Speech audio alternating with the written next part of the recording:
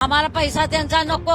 आमची मुलं बाळ काय खाणार आणि ह्या वयात आम्ही कुठे जाणार? ती एक जातीला कुठेतरी पैसे मिळवा, आम्ही कुठे जायचं आणि आम्ही काय खायचं हे आम्हाला सरकारनं सांगावं. आमचं रक्त जरी तिथं पडलं तरी चालेल, तर आमची जमीन आम्ही देणार नाही. आम्ही जगून काय खाणार? आम्हाला शक्तीपीठ नको आहे. हिथं मागे का देवाला माणसं गेली नाहीत, आता कुठले आले जाता देवाला जाणारी? हिथं मागे देव नव्हतंच का? आता कुठनं आले देव? 7-12 झाला म्हणजे आमच्या मुलाशी का सरकारनं नोकऱ्या लावल्या का काय? मग त्यांची लग्न कशी व्हायची इथं? नवऱ्या देताना काय म्हणतात 7-12 त्याचा केवढा आहे, पोरग्याला नोकरी आहे काय? मग आम्ही काय सांगायचं? शक्तीपीठ महामार्ग रद्द व्हावा याच्यासाठी कोल्हापूर जिल्ह्यामधून एक मोठा मोर्चा आहे तो निघतोय आणि या मोर्चामध्ये गावातील सगळ्या वयस्कर महिला देखील सहभागी झालेल्या आहेत. त्यांचं काय नेमकं म्हणणं आहे हे आपण जाणून घेणार आहोत. आजी, तुम्ही कुठून आलेलात आणि काय तुमचं म्हणणं आहे? कुपीर साबळेवाडीसनं आलेला आहे. आमची शेती जाते, आमची शेती जाऊ देणार नाही. आम्हाला पैसा त्यांचा नको. आमची मुलं बाळ काय खाणार आणि ह्या वयात आम्ही कुठे जाणार? ती एक जातीला कुठेतरी पैसे मिळवा, आम्ही कुठे जायचं आणि आम्ही काय खायचं हे आम्हाला सरकारनं सांगावं. का सरकार सांगित नाही ते बघायचं. कशाबद्दल आमची रान काढून घेतात?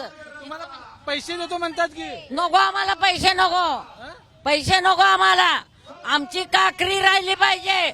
आम्हाला पैसा नको. काय आम्हाला पैसा पाहिजे नको. आमची शेती पाहिजे. आजी, तुमचं किती शेत जातंय आणि काय म्हणणार?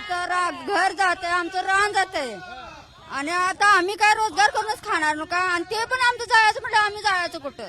आम्हाला पैशाची काय गरज नाही. हाय ते आम्हाला रान पाहिजे. किती जाते तुमचं शेत? आमचं रान माप 2 एकर जातंय. किती आहे तुमचं शेत? किती आहे? आता शेत आमचं 20 गुंठ आहे आणि आमचं घरासकट जाते. आम्हाला राहायला दुकान जागा नाही तिथं. मावशी, मला सांगा, तुमचं शेत किती जाते आणि काय तुमचं म्हणणं आहे? हे व्हायला पाहिजे शक्तीपीठ की नको? शक्तीपीठ रद्द व्हायलाच पाहिजे. आमची जमीन आम्ही देणार नाही. आमचं रक्त जरी तिथं पडलं तरी चालेल, तर आमची जमीन आम्ही देणार नाही. आमची जमीन देऊन आमच्या पोराबाळांनी काय खायचं? मुलाबाळाने आमच्या नातुंडाने काय खायचं? आमच्या सासू सासऱ्यांनी एवढं मिळवून ठेवलेलं आहे, आम्ही अजिबात देणार नाही. आम्हाला पैशाची काही गरज नाही. आम्ही अजिबात जमीन देणार नाही. रानं जात्यात, आम्हाला पैसा नको आहे. आम्ही काय खायचं? आमची राहिलीच पाहिजे आम्हाला. जर सरकारनं हा रस्ता केला तर तुम्ही काय करणार? काय आम्ही करूच देणार नाही. आम्ही आत्महत्या करीन तिथं. आमचं रक्त पडलं तरी चालेल, खरं आम्ही जमीन देणार नाही. जगून काय खायचं? आम्ही जगून काय खाणार? आम्हाला शक्तीपीठ नको आहे. हिथं मागे का देवाला माणसं गेली नाहीत, आता कुठले आले जाता देवाला जाणारी? हिथं मागे देव नव्हतंच का? आता कुठनं आले देव? लय शेतकऱ्यांच्या शेतात लागतोय रस्ता. 15 गुंठ रान आमचं आहे. आमच्या त्यात 4 जण आहेत. मग आमचा पोरा 7-12 झाला म्हणजे आमच्या मुलाशी का सरकारनं नोकऱ्या लावल्या का काय? मग त्यांची लग्न कशी व्हायची इथं? नवऱ्या देताना काय म्हणतात 7-12 त्याचा केवढा आहे, पोरग्याला नोकरी आहे काय? मग आम्ही काय सांगायचं? ह्यांच्यासाठी आम्ही दवासण्या तोडायच्या आणि ह्यासने आम्ही निवडून आणायचं आणि हिने आपलं स्वच्छ करायचं आणि आमचं वाटोळं करायचं. मग काय आम्हाला गावाला जाऊन आम्हाला उपयोग काय नाही. हिथं आम्ही औषधाच्या बाटल्या खातो, तिने चाराव येतात आणि हिथंच मुर्द पडून द्यात आमचं आणि पंचगंगाला ती जाळायला घेऊन जातं. काय आम्हाला उपयोग? आमचं हाय तिने घ्यायचं, एवढं त्यासने आम्ही साथ देऊन आम्ही भांडणं करायचे. त्याला मत द्या, त्याला मत द्या. आमच्या नेत्याने निवडून आणायचं त्यासने आणि तिने आमच्यावर विरोध द्यायचो. मग आम्ही जाणार कुठं? तर या ठिकाणी आपण बघतोय की विरोध आहे तो प्रचंड होताना पाहायला मिळतो. तुमची किती शेती जाते आणि काय म्हणणं आहे तुमचं? नमस्कार, मी गणेशवाडी येथून आलेले आहे. आम्हाला 25 गुंठे नुसती शेती आहे.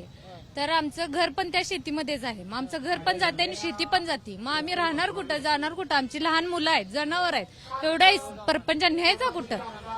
आम्हाला ते पैसे पण नको आहेत. आमचे घरदार आहे ते आम्हाला पाहिजे.